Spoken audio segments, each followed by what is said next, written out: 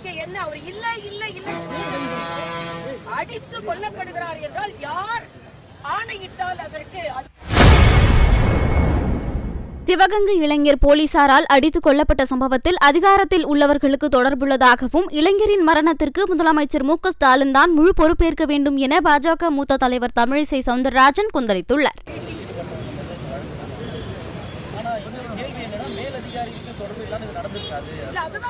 யாரோட ஆணையின்படி அவரை கூட்டிட்டு போய் விசாரணை பண்ணாங்க? யாரின் ஆணையின்படி அவர்கள் அடித்துக் கொல்லப்பட்டார்? எல்லா திருட்டுக்கும் நீங்க இவ்வளவு தீவிரமா நடவடிக்கை எடுக்கிறீங்களா? ஒரு செயின் காணாம யாரான்னு ஒருத்தர் சொன்னா எல்லா திருட்டிற்கும் இப்படி நீங்கள் நடவடிக்கை எடுக்கிறீங்களா?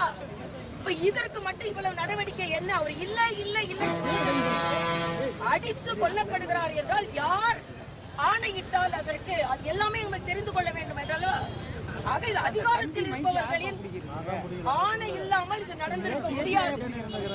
ஒரு செயின் காணாம போச்சுன்னு சொன்னா உடனே எல்லாரையும் நீங்க கூட்டிட்டு போயிட்டீங்களா? அதாவது மதுரையில் சிலம்பிற்காக கண்ணகி மதுரையை எரித்தார். அந்த அஜித்குமார் முதுகில் விழுந்த ஒவ்வொரு அடியும் தமிழகத்தில் உள்ள சாமானியர்களின் முதுகில் விழுந்த அடி என்று நான் சொல்கிறேன். அந்த இதயம் நிற்பதற்கு அந்த அளவுக்கு அடி அடிக்கப்பட்டிருந்தது என்றால் இது தமிழக மக்கள் மீது விழுந்த சம்மட்டி அடி.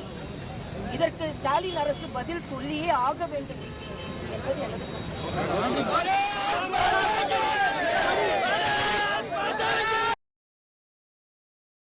செய்திகளை உள்ளது உள்ளபடி தெரிந்து கொள்ள ரெஃப்ளெக்ட் நியூஸை சப்ஸ்கிரைப் பண்ணுங்க.